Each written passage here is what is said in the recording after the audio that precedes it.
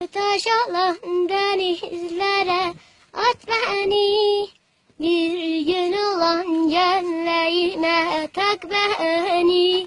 Yaz gününde doluyor yakanları, sabır sabır ateşlere at beni.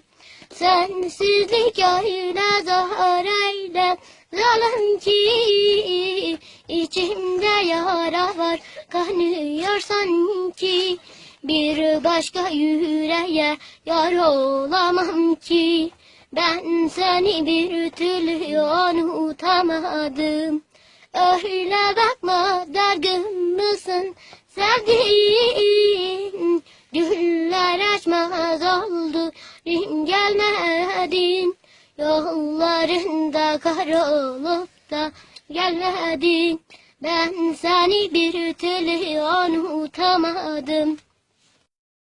Taş olan denizlere at beni, bir gün olan yerlerine tak beni.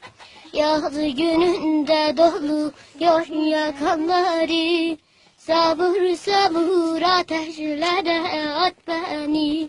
Sensizlik öyle zor eyle zalim ki, içimde yara var kanıyor sanki. Bir başka yüreğe yar olamam ki, ben seni bir türlü unutamadım. Öyle bakma, dargın mısın sevdiğim?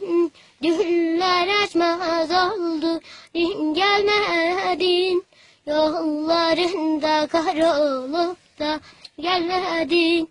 Ben seni bir türlü unutamadım.